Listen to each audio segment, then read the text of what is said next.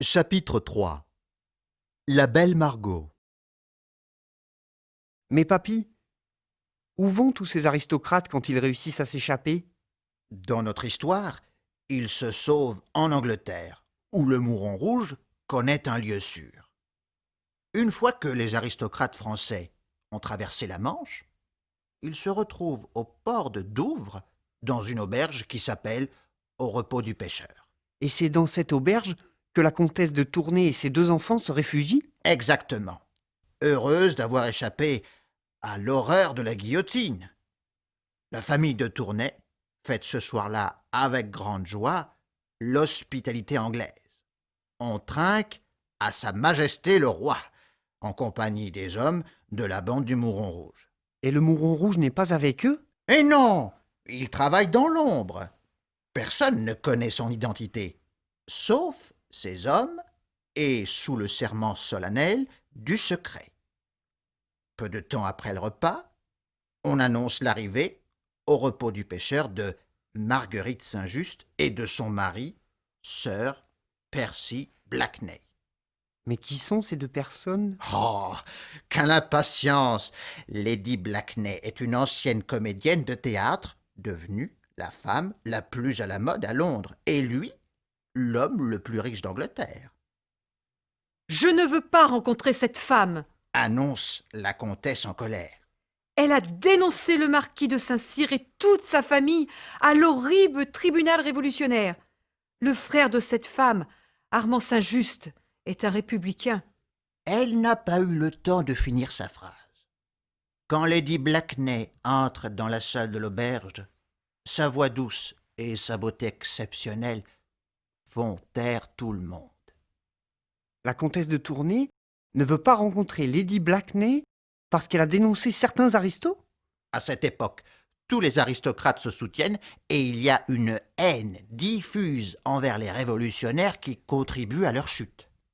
Ensuite, que se passe-t-il? La comtesse de Tournai décide donc de se rendre dans sa chambre pour éviter le pire. C'est alors que Sir Percy Blakeney entre à son tour. Et quel est le rapport avec les aventures du Mouron Rouge? Attends un peu, que diable! Nous avons toute la soirée devant nous. Je continue donc mon histoire. Sir Percy est plutôt bel homme, et toujours élégamment habillé, mais son expression nonchalante et son rire insignifiant déforment son aspect. On dit qu'il est ennuyeux et qu'il est tout le contraire de sa femme, Marguerite, intelligente et brillante, actrice de la comédie française. Bref, le jour de leur mariage, tout le monde s'est étonné. Est-ce pour l'argent que la femme la plus fine d'Europe épouse ce sacré idiot? En tout cas, il possède un bateau qui s'appelle le Daydream, que le frère de Marguerite, Armand Saint-Just, a l'intention d'utiliser ce soir-là pour se rendre en France. Lady Blakeney a beaucoup d'affection pour son frère. Elle décide de se rendre sur le bateau pour le saluer avant son départ. La brise de mer est forte et fait voler ses cheveux sur son doux visage. Une profonde tristesse envahit son regard. Ne pars pas, Armand. Je n'ai que toi pour m'aimer. Lui dit-elle, les larmes aux yeux. Mais Margot, ma petite sœur chérie, Percy t'aime. Oui, il m'a aimé, mais aujourd'hui, c'est fini. Il n'a pas supporté l'histoire de la dénonciation au tribunal du marquis de Saint-Cyr. Une heure plus tard, au bord de la falaise, Margot regarde le Daydream s'éloigner. Il emporte son frère, le seul être en qui elle a confiance, vers un destin incertain et plein de dangers.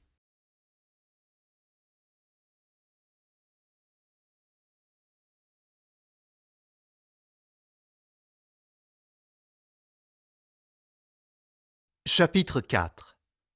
Un terrible chantage. Tu me racontes cette histoire du marquis de Saint-Cyr? C'est très simple. Armand, le frère de Margot, a aimé Angèle, la fille de cet homme.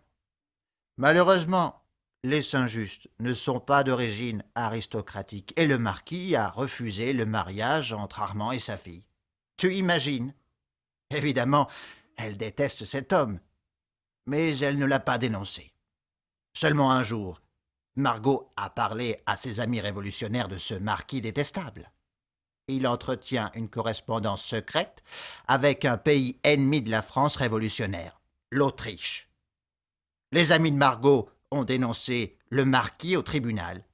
Toute la famille Saint-Cyr est passée à la guillotine pour une étourderie de Marguerite.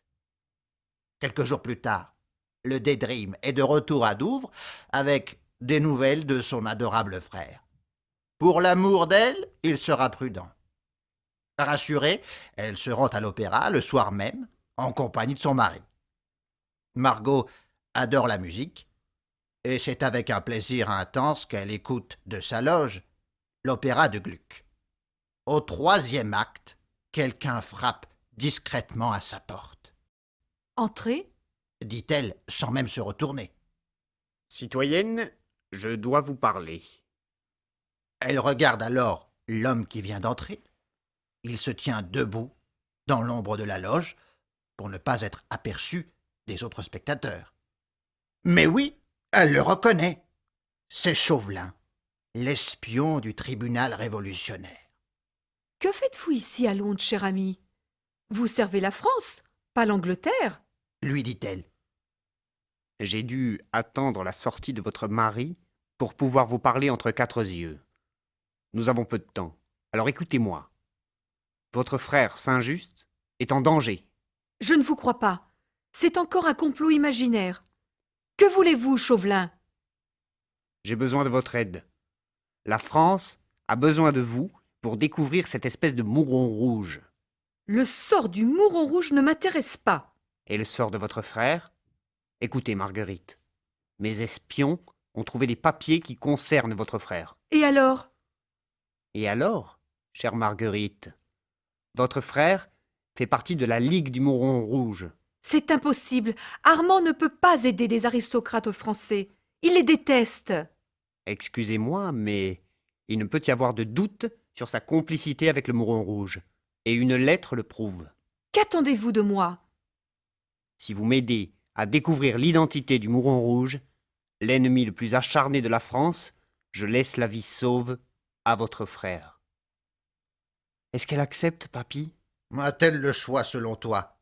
Si elle n'aide pas Chauvelin à découvrir le mouron rouge, son frère finira à la guillotine. Je pense que je le ferai aussi pour sauver la vie de quelqu'un que j'aime. Je le ferai pour toi, par exemple, papy. Moi aussi, mon petit.